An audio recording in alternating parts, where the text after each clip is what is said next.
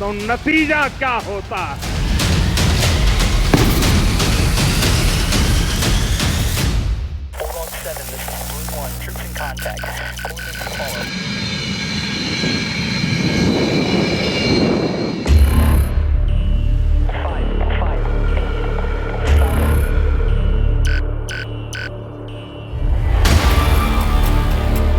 आधी रात के बाद 2:30 बजे 10 मई 2025 इस्लामाबाद में पाकिस्तान के प्रधानमंत्री शहबाज शरीफ के घर की खामोशी को एक फोन कॉल तोड़ देती है। लाइन पर हैं पाकिस्तान के आर्मी चीफ आसिम मुनीर। उनकी आवाज में दहशत और बेचैनी है। जनाब, चकलाला पर हमला हुआ है।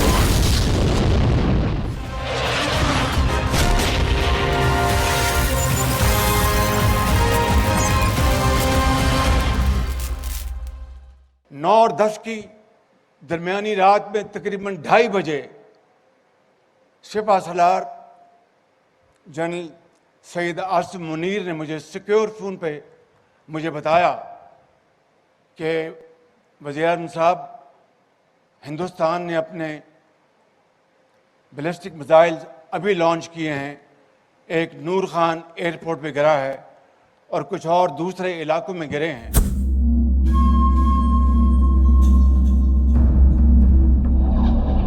नूर खान एयरबेस पाकिस्तान का सबसे अहम एयरबेस चल रहा था।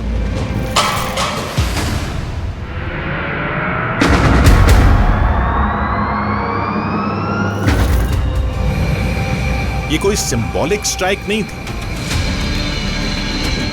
ये सटीक हमला था और बेहद घातक था। भारत ने वो कर दिखाया जो पहले कभी सोचा भी नहीं गया था। It was building up. ये सब कुछ 22 अप्रैल को पहलगाम में हुए हमले के बाद धीरे धीरे इसका माहौल बनता गया था। मुझे लगता है कि बाकी सबकी तरह मुझे भी यकीन था कि भारत की तरफ से ये जवाब जरूर आएगा। But the symbolic nature. नूर खान और फिर सरगोदा पर हमला प्रतीकात्मक रूप से बहुत अहम था। बाकी ठिकाने तो सामान्य ऑपरेशनल बेस थे, लेकिन ये 2 ठिकाने रणनीतिक तौर पर रावलपिंडी के पास होने की वजह से बहुत मायने रखते हैं। In terms of proximity to Rawalpindi, that the bases have been struck with such precision and इन ठिकानों को इतनी सटीकता और बड़े स्तर पर पूरे पाकिस्तान में अलग अलग जगहों पर और रणनीतिक रूप में अहम ठिकानों को निशाना बनाकर मारा गया, जो एक गेम चेंजर था। that is what was game changing. Noor Khan airbase Pakistan के वीआईपी ट्रांसपोर्ट प्लेन, खुफिया एसेट्स और स्पेशल एयर यूनिट्स का ठिकाना।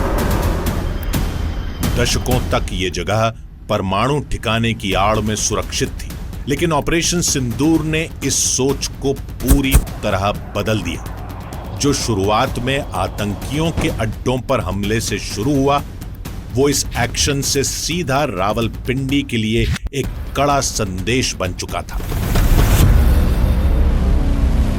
हम दशकों से न्यूज़ की एंकरिंग कर रहे हैं, पहले भी जंग और तनाव कवर कर चुके हैं, लेकिन हमने ऐसा पहले कभी नहीं देखा। जैसे न्यूक्लियर पॉलिसी को नए सिरे से लिखा जा रहा था। एक देश को जो आतंक का पनाहगाह है, उसे खुलकर चेतावनी दी जा रही थी। हम इतिहास को अपनी आंखों के सामने बनते हुए देख रहे थे। ये 1971 के बाद पहली बार हुआ था। पाकिस्तान की एयर पावर पूरी तरह से बर्बाद हो चुकी थी। एयर डिफेंस की कमजोरी बेनकाब हो चुकी थी। इसने पूरी दुनिया को चौंका दिया। अब दुनिया को यह समझना होगा कि आतंकवाद की कोई भी वारदात अब युद्ध मानी जाएगी और उसका कड़ा जवाब मिलेगा। अब यही नया नियम है। पश्चिम को यह बात और ज्यादा गंभीरता से समझनी होगी, क्योंकि अब तक पाकिस्तान को हथियार देते रहे हैं और अब चीन भी दे रहा है। अगर दुनिया वाकई आतंकवाद को लेकर गंभीर है, तो उन्हें इसके केंद्र यानी पाकिस्तान पर ध्यान देना होगा और कड़ी कार्रवाई भी करनी होगी। दुनिया की सबसे ताकतवर सेनाओं में से एक 11 अलग अलग जगहों पर एक साथ हमला कर पाना और फिर हर जगह सफलता पाना, ये पहले कभी नहीं हुआ था। जब एक साथ 11 एयरफील्ड्स पर हमला हुआ, तो वो ये पल था जब पूरा सैन्य और राजनीतिक ढांचा हिल गया होगा। 9 मई की रात जैसे जैसे बीत रही थी, 10 मई की सुबह कुछ ऐसा लेकर आई जिसकी पाकिस्तान में सेना की रणनीति बनाने वालों ने कल्पना भी नहीं की थी। भारत की एयरफोर्स बिना रुके पूरी ताकत से दोबारा हमला कर चुकी थी और इस बार पहले से भी कहीं ज्यादा घातक हमला था। I think when the strikes went on to the 11 airfields at the same time, that was one time their entire political military structure would have actually crumbled. They tried. उन्होंने पूरी कोशिश की, लेकिन हमारी तरफ कोई बड़ा नुकसान नहीं हुआ। इससे साबित होता है कि हमारी डिफेंस कितनी मजबूत है और हम कितनी अच्छी तरह से जवाब दे पाए। Integrated in our overall capability to defend.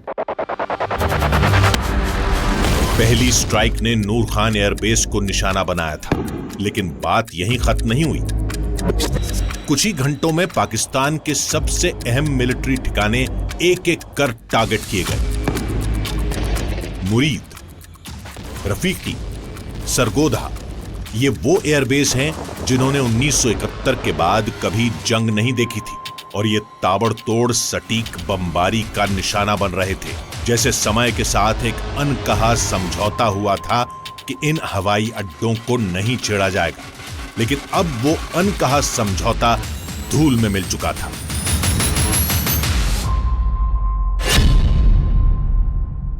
We have targeted the length and breadth of the adversary.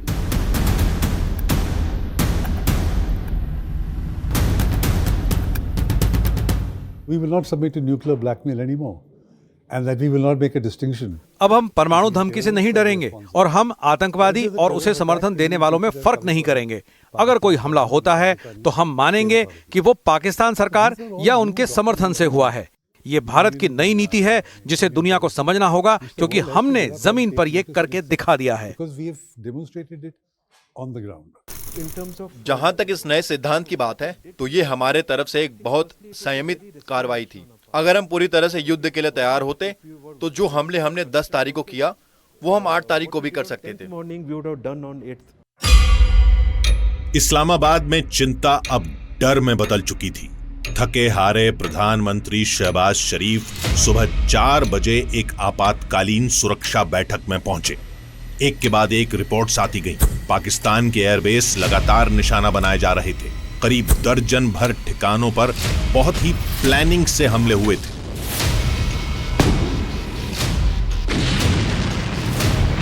ये 1971 के बाद पहली बार हुआ था। पाकिस्तान की एयर पावर पूरी तरह से बर्बाद हो चुकी थी। एयर डिफेंस की कमजोरी बेनकाब हो चुकी थी। आसिम मुनीर ने वो स्वीकार किया जिसे अब छिपाया नहीं जा सकता था। ये कोई छोटा मोटा झगड़ा नहीं था, ये भारत की नई मुहिम थी। संदेश साफ था, छेड़ोगे तो सिर्फ छोड़ेंगे नहीं, बल्कि कहीं का नहीं छोड़ेंगे। थरथरा रहे पाकिस्तान की हवाई सीमाएं अब उसकी रक्षा नहीं कर पा रही थी। अब इससे इनकार करना मुश्किल था कि भारत ने पाकिस्तान की फौज को जबरदस्त तरीके से चोट पहुंचाई थी और मुनीर की सेना की फजीयत हो चुकी थी। So while they have been trying for 4 years to do something, पिछले 4 सालों में वो कुछ करने की कोशिश कर रहे थे, लेकिन ये एक गलती या हद से ज्यादा बढ़ने की कोशिश। उनके लिए ये उल्टा पड़ गया और जब बात उल्टी पड़ी तो वो सीधे अमेरिका के पास भागे। where have they gone? They went running to Uncle Sam.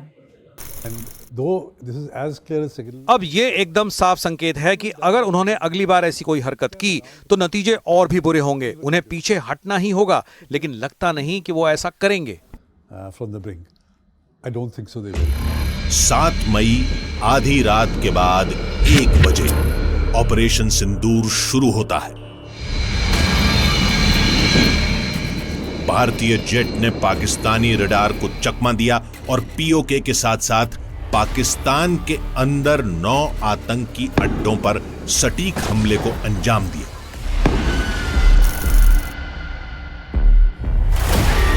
Bahawalpur, मुरीद के, मुजफ्फराबाद, भिंबर, गुलपुर, सियालकोट, चकमरू, कोटली और बाग।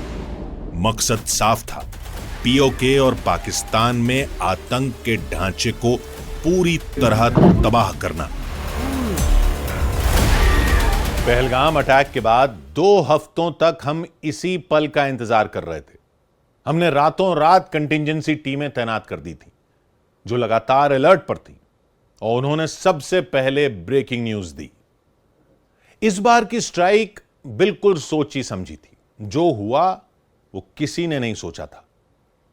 बालाकोट के समय प्रूफ की जो बहस हुई थी, इस बार कोई शक की गुंजाइश ही नहीं थी। कुछ ही मिनटों में हमें बहावलपुर में जैश ए मोहम्मद के ठिकानों पर हुए हमले की पहली तस्वीरें मिल गईं, और यही वो पल था जिसने उस रात को इतिहास बना दिया। सिर्फ 40 मिनट के अंदर आतंकवादियों के कई लॉन्च पैड के साथ ही जैश और लश्कर के हेडक्वार्टर तबाह कर दिए गए। लेकिन यह सिर्फ पहलगाम के जवाब में बदले की कार्रवाई नहीं थी, यह भारत की सैन्य नीति में एक बड़ा बदलाव था। बालाकोट के समय सिर्फ एक आतंकी ठिकाने को निशाना बनाया गया था, लेकिन इस बार पीओके से पाकिस्तान तक आतंकियों के अहम ठिकानों को तबाह कर दिया गया था। यह कहीं ज्यादा ताकतवर हमला था और उतना ही खतरनाक। 100 से ज्यादा आतंकियों का खात्मा किया गया, जिसमें जैश, लश्कर और हिजबुल मुजाहिदीन के टॉप कमांडर शामिल थे। उन्होंने तब तक इंतजार किया जब तक उनके ड्रोन और लैट्रिन म्यूजिशियंस ने हमला शुरू नहीं किया। शुरुआत में हमने सिर्फ सीमा के पास उनके रडार को निशाना बनाया था। फिर दूसरी रात को और हमले हुए, कुछ और एयर डिफेंस रडार टारगेट किए गए, और फिर जब बाकी एयरफील्ड पर हमला हुआ तब जाकर असली जवाब दिया गया। ये दिखाता है कि हमने कितना संयम बरता। लोग ये नहीं समझते कि इतनी बड़ी कार्रवाई में तनाव को काबू में रखना कितना मुश्किल होता है। जो कंट्रोल हमारे नेताओं और सेना ने दिखाया वो वाकई हैरान करने वाला है, और मैंने खुद वॉर गेम में इसे कई बार देखा है।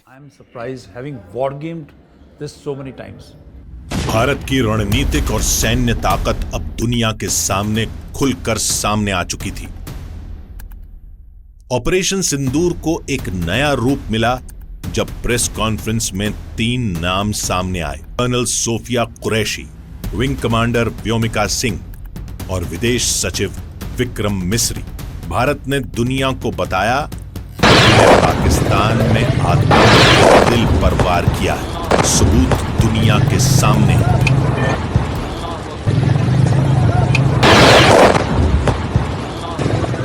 ऑपरेशन सिंदूर 22 अप्रैल को पहलगाम में हुए विभत्स आतंकवादी हमले के शिकार मासूम नागरिकों व उनके परिवारों को न्याय देने के लिए लॉन्च किया गया था। इस कार्रवाई में 9 टेररिस्ट कैंप्स को टारगेट किया गया और पूरी तरह से इसे बर्बाद किया गया।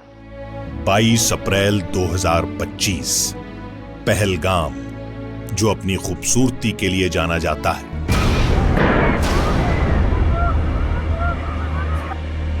मासूमों के खून से लाल हो गया। 26 भारतीयों को बेदर्दी से मार डाला गया। उन्हें सिर्फ भारतीय होने के लिए नहीं, बल्कि उनके धर्म के लिए निशाना बनाया गया। यह हमला नहीं था, यह नफरत का एक पैगाम था, और दिल्ली ने वो नफरती पैगाम सुन लिया था। हम जो दिल्ली में सत्ता के गलियारों में खबरों पर नजर रखते हैं, हमें तुरंत समझ में आ गया कि यह हमला अलग हटकर है। यह हमला उस वक्त हुआ जब अमेरिकी उपराष्ट्रपति जे.डी. वेंस भारत के दौरे पर थे। इससे पहले भी कई बार अमेरिकी डेलीगेशन जब भारत के दौरे पर थे तब आतंकी वारदात हुई है, लेकिन इस बार जो पूरा का पूरा वाकया था वह अलग दिख रहा था। हमें पता था कि मौजूदा सरकार ऐसे संकटों पर कैसे रिएक्ट करती है, और हमें यह भी यकीन था कि पीएम मोदी रियाद से लौटने की प्लानिंग शुरू कर चुके होंगे। प्रधानमंत्री नरेंद्र मोदी कुछ ही घंटों में सऊदी अरब से भारत लौट आए। सुबह तक साउथ ब्लॉक में कैबिनेट कमेटी ऑन सिक्योरिटी यानी सीसीएस की बैठक शुरू हो चुकी थी। जो फैसले आमतौर पर बंद कमरों में फुसफुसाकर लिए जाते हैं वो खुलकर सामने थे। गृह मंत्री अमित शाह को पहले वाले दिन ही श्रीनगर और पहलगाम भेज दिया गया। भारत सिर्फ शोक नहीं मना रहा था, भारत एक्शन में था।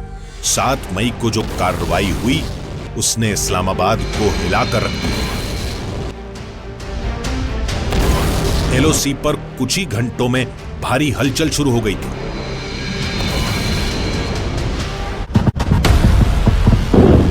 पाकिस्तानी आर्मी ने इंडियन बंकर्स पे लगातार फायरिंग की और केरन एरिया में अभी तकरीबन 4 मकानों में आग लगी है और काफी सारे मकान जो हैं वो डैमेज हुए हैं। कहा था केंद्र सरकार ने सुरक्षा तंत्र को मजबूत करेंगे और जिस तरीके से उन्होंने पहलगाम में मारा है उसी तरीके से वहां जाके मारेंगे और आज वही हुआ है। भारी तादाद में नुकसान जो है वो पाकिस्तान का हुआ है। भारत की ओर से स्ट्राइक हुई है, हमें ऐसे धमाकों की आवाज हमें लगातार सुनने को मिली है। देखिए ये अगर आप पहाड़ी देख सकते हैं, ठीक इसके पीछे लाइन ऑफ कंट्रोल का इलाका और वहां से लगातार पाकिस्तान की नापाक हरकतें जारी हैं। 8 मई की शाम पाकिस्तान ने जवाबी कार्रवाई में ड्रोन और मिसाइल अटैक की कोशिश की। निशाने पर थे भारत के 14 सैन्य ठिकाने, लेकिन हर एक हमले को भारतीय डिफेंस सिस्टम ने नाकाम कर दिया। इंटीग्रेटेड डिफेंस ग्रिड और S-400 सिस्टम ने बेहद सटीक काउंटर अटैक से पाकिस्तान के हर हमले को हवा में ही नेस्त नाबूद कर दिया। तीनों सेनाओं के प्रमुख एक स्पेशल कंट्रोल रूम से इस पूरे डिफेंस ऑपरेशन को लीड कर रहे थे। अब ये भारत का अपना आयरन डोम बन चुका है। ऑपरेशन सिंदूर के कुछ मिनट बाद ही हम सब वॉर जोन से रिपोर्टिंग करने के लिए दिमागी तौर पर तैयार थे, लेकिन जो हमने देखा वो हमारे रिपोर्टिंग के करियर में यहां पहले कभी नहीं हुआ था। जब बॉर्डर और लाइन ऑफ कंट्रोल पर हलचल तेज हो रही थी, दिल्ली में डिप्लोमैटिक हलचल बहुत तेजी से चल रही थी। विदेश मंत्री डॉक्टर एस जयशंकर ने सऊदी अरब और ईरान के विदेश मंत्रियों से मुलाकात की। संदेश सीधा था, भारत जवाब दे चुका है। अगर पाकिस्तान आगे बढ़ा तो हम एक्शन से हिचकेंगे नहीं। भारत का पश्चिमी देशों को मैसेज हमेशा से साफ रहा है, अपने बचाव का हक भारत कभी नहीं छोड़ेगा। India gave a firm, resolute and measured response by destroying the relevant terror centers and launch pads. India's right to defend its people against acts of terror has also been recognized by countries across the world. इसके ठीक उलट पाकिस्तान की diplomacy पूरी तरह से नाकाम रही। उनके मंत्रियों ने वेस्टर्न मीडिया में जाकर और ज्यादा शर्मिंदगी झेली। सबको पता है कि पाकिस्तान की सियासत अब उनके हाथ में नहीं रही, लेकिन उनके नेताओं ने जो फजीहत करवाई वो अभूतपूर्व थी। कुछ बयान तो ऐसे हैं जिन्हें सुनकर होश उड़ जाए। You do admit, sir, that Pakistan has had a long history of backing and supporting and training and funding these terrorist organizations. Well, we have been doing this dirty work for the United States for about 3 decades, and West, including Britain. As far as what the defense minister said, I don't think that it's a secret that Pakistan has a past as far as extremist groups are concerned. Let's start with this very specific allegation of 5 fighter jets shot down. Where's the evidence for that, sir?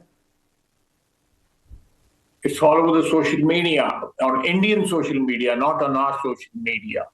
The debris of these jets fell into Indian occupied Kashmir.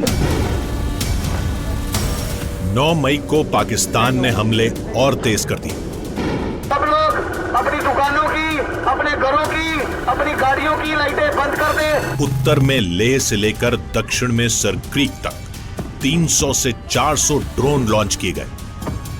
Bharat के air defence system ने आसमान को आतिशबाजी से भर दिया।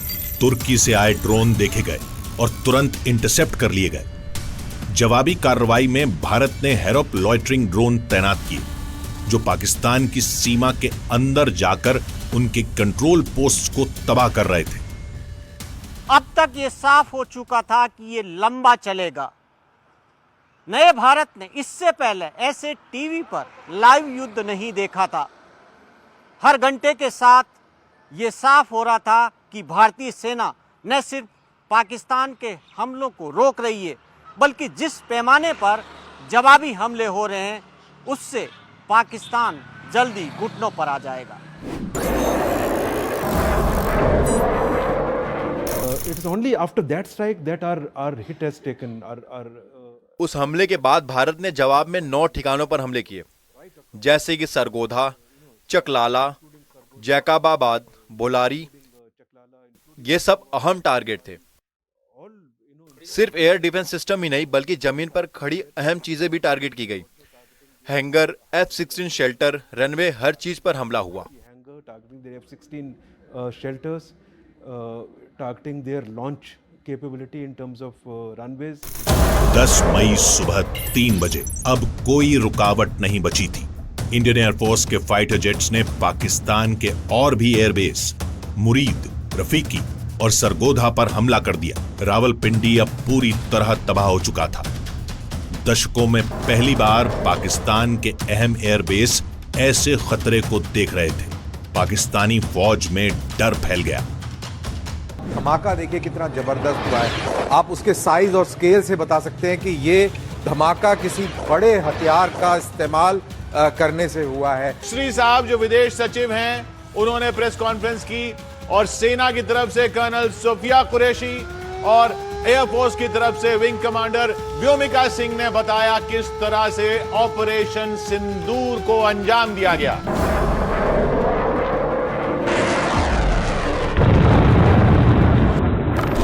लेकिन जो हमला पाकिस्तान को पूरी तरह झुका गया वो था सरगोधा एयरबेस पर किया गया सटीक प्रहार।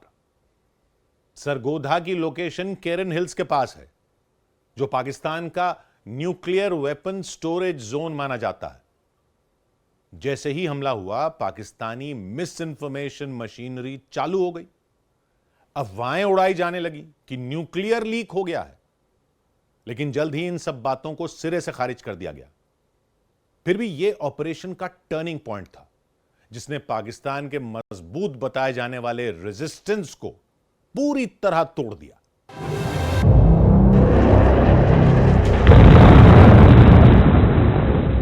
The Sargodha thing which happened is, look at the layers. You had the Chinese layer to observe. You had all the Sargodha में जो हुआ उसमें देखिए कितनी परतें थीं। चीन की निगरानी थी, निजी सैटेलाइट इमेजरी थी, कई एशियाई सिस्टम्स जानकारी भेज रहे थे, यहां तक कि वहां कुछ अमेरिकी संसाधन भी थे जो पहले से आगाह करने के लिए लगाए गए थे।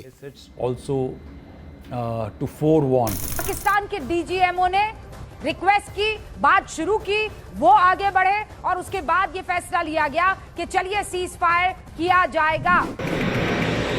जब भारत ने पाकिस्तान के 11 एयरबेस को बर्बाद कर दिया तो रावलपिंडी में बैठा वो शख्स जिसे पाकिस्तान की सुरक्षा का जिम्मा मिला था, एक बंकर में छिपा हुआ था। उसके करीबी अफसर उसे बता रहे थे कि उसकी फौज कितनी शर्मिंदगी झेल रही है। कई सैनिक मारे जा चुके थे, एयर डिफेंस सिस्टम बर्बाद हो चुका था, फौज का हौसला मिट्टी में मिल चुका था। आखिरकार उसने झिझकते हुए सफेद झंडा लहराया।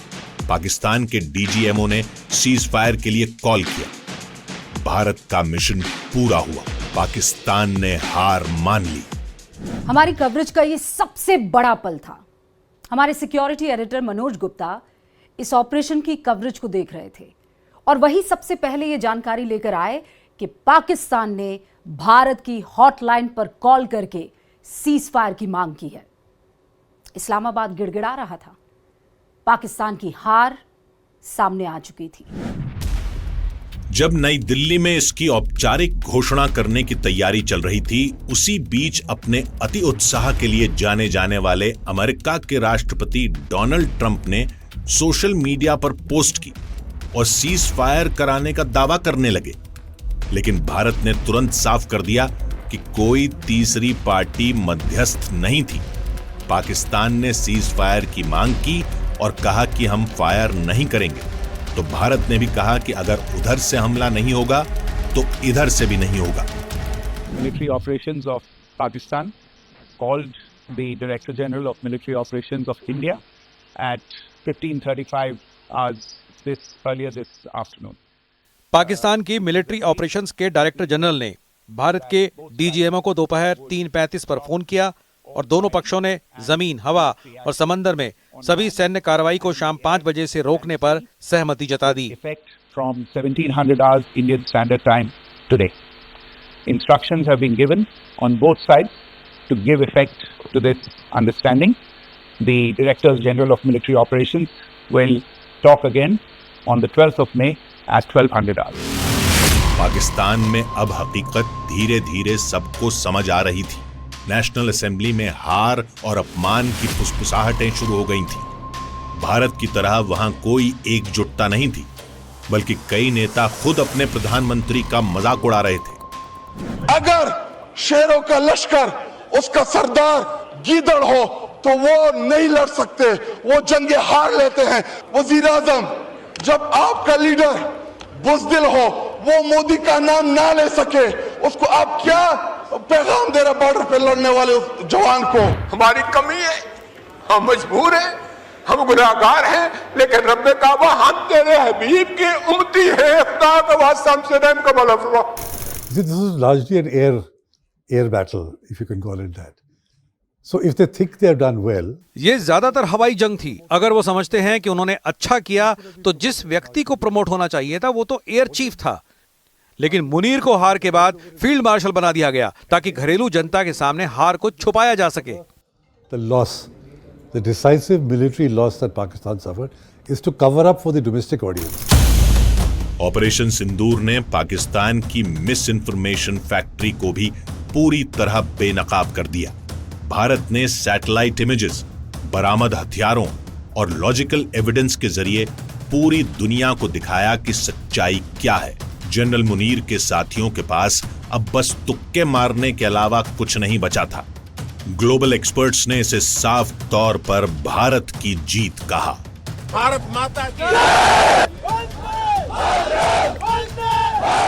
Operation Sindoor was partly successful in regards of destroying the terror infrastructure, but highly successful. Operation ने पाकिस्तान के बुनियादी ढांचे को तबाह कर दिया और उसे इतनी बुरी तरह कमजोर कर दिया कि वो अब पारंपरिक भारतीय हमलों से खुद को बचा भी नहीं सकता और न ही पलटवार करने की ताकत रखता है।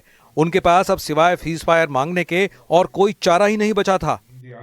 And had no other option but to sue for ceasefire. पूरे ऑपरेशन का सबसे बड़ा संदेश ये था, भारत अब सिर्फ डिफेंस नहीं करता, भारत अब खुद डिफेंस टेक्नोलॉजी भी बना रहा है। आकाश तीर भारत का स्वदेशी एयर डिफेंस सिस्टम आत्मनिर्भरता और अजेय एयर डिफेंस का प्रतीक बन चुका है।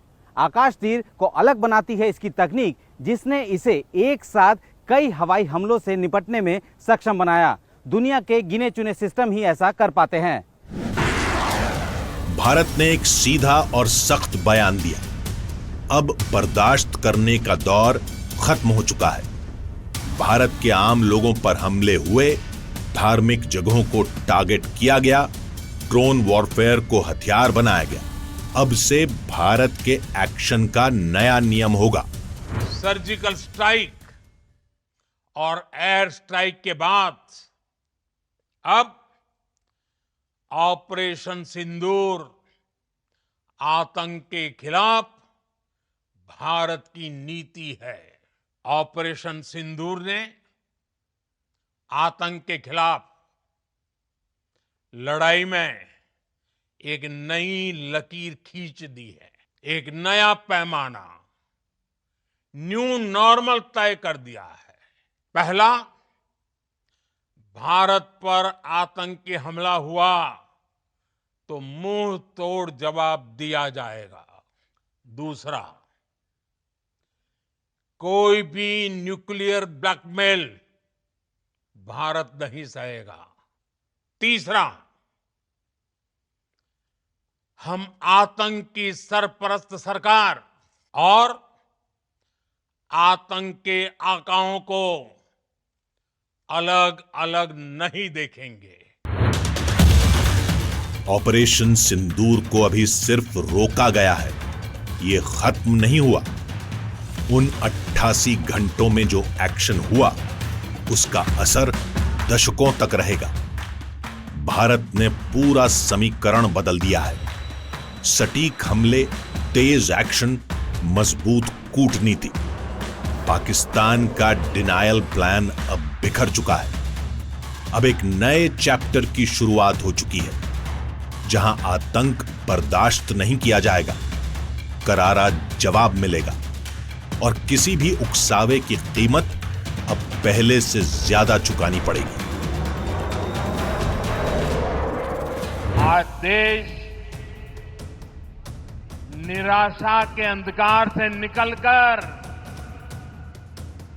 विश्वास के उजाले में तिरंगा फहरा रहा है। 22 तारीख के हमले के जवाब में हमने 22 मिनट में आतंकियों के 9 सबसे बड़े ठिकाने तबाह कर दिए।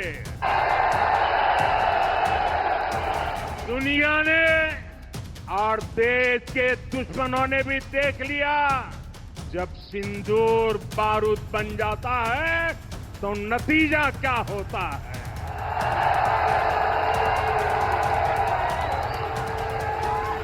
और आर्मी के सभी जाबाजों, बीएसएफ के अपने शूरवीरों को सैल्यूट करता हूं।